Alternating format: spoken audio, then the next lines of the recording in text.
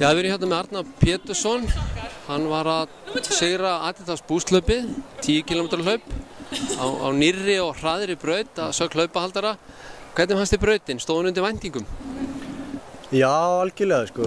Hún byrjar reyndar alveg í brekkunni sko. En þegar maður búinn með þessa fyrstu litlu brekku, þá þetta bara, finnst mann einhvern veginn að vera niður í móti og með vindin í baki einhvern veginn allan tíman. Þannig að það er svona mjög jákvæð braut allan tíman. Það er ekkert svona, þú ert aldrei að bíða eftir neitt í hrikalegri brekku eða þú ert alltaf einhvern veginn, alltaf að vinna með þér í brautinni sko. Þannig að ég myndi segja hún sé bara frekar hröð sko. Ég held að opinberi tíminn sé 31:58. Er það bæting eða nálægt þínu besta? Ég held að sé bara nálægt, eða ekki bara ég hlaup í fjölnislaupinu 31:50 og eitthvað. Þannig að þetta er bara svo gott sem að besta, þannig að ég er mjög sáttur sko. Hvernig er formið á þér í dag og hvað ertu að spá í núna á næstunni? Ég stefni á að hlaupa heilt maraþon í Reykjavíkurmaraþoninu núna í 22. ágúst. Og formið er bara, maður er svona aðeins byrjar að fókusera, síðustu 2 vikur að fókusin færður alveg yfir á maraþoni. Þannig að maður svona aðeins komið með þessar maraþonlappir, þannig að maður er ekkert einhver þvílíkur hraði eða ferskleiki í manni. En bara eins og í gær og held ég að tekið bara verstu 7 km bara lífsmín sko. Og ég er ekki að ýkja því þetta var bara, ég veit ekki hvernig ég fór þetta því mér fannst ég ekki vera að hlaupa en einhvern veginn hreyfðust lappirnar og síðan bara hvíldi ég seinni partíinn, ég ætlaði að taka 13 km en bara hvíldi skynsamur og þannig ég vissi ekkert hvað ég væri að fara út í kvöld sko, hvernig þetta myndi fara. En þú varst bara nokkuð léttur, þannig að það var greinilega skilað sér hérna æfingin sem þú ert búinn að leggja inn í sumar. Reykjavíkurmaraþon, það er næsta kannski stóra. Hvað er svo eftir Reykjavíkurmaraþon? Eftir Reykjavíkurmaraþon er ég að fara hérna í skiptinám til Þýskalands Köln. Við ferð frá október fram í ágúst 2016.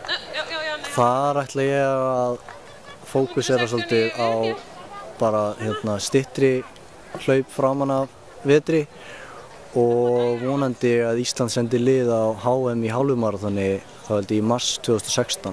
Það var svolítið gaman að stefna svolítið og ná svolítið virkilega góðum tíma þar. Hvað með 3000 metra hindrunarhlaup? Þú varst að sýna ansið góða takta í því í vor. Eitthvað byrjar að spekulera í því? Já, það er eins og þá finnst mér bara mjög skemmtilegt að taka það svona með það því að þetta er svona, maður þarf að vera sterkur í þessu en þarf líka ákveðin hraða. Þannig að það er bara, eins og ég hef sett upp tímabili, senastu 2 tímabili þar sem ég hef verið að vinna í hraðanvirinni ég venda tímabili á maraþoni og síðan byrja bara að vinna í hraða frá október fram í undir febrúar-mars. Þá tek ég aftur smá hvíld og svo fært mig yfir í lengri svona frá eins og 3000 hindrun og upp í 10.000 metra og svo enda alltaf á maraþoni.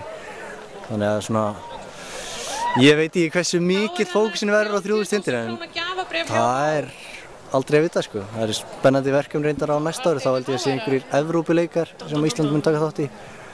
Það er bara svona, eins og þá er þetta svolítið bara svona sem ég tek með sko.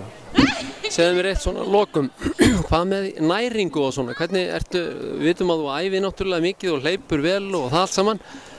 Ertu að passa svolítið upp á mataræðið og næringuna og hvernig svona hugsaður það? Já, ég reyna að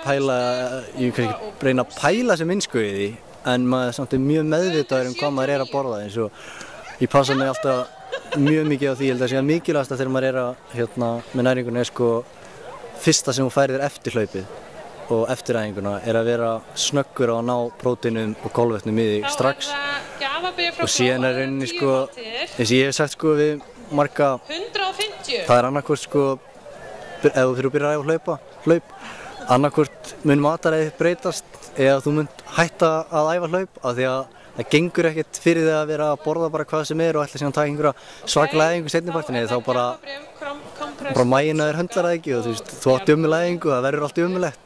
Þannig að ég er svona, það er rauninni, þeir eru gerst ósjátt hvað maður einhvern veginn hefur breytt mataræðinu til hins betra sko eftir að maður færði þessi meiri hlaupin sko. Það eru fínt þér, til hamingju aftur og takk fyrir þetta. Takk fyrir mig.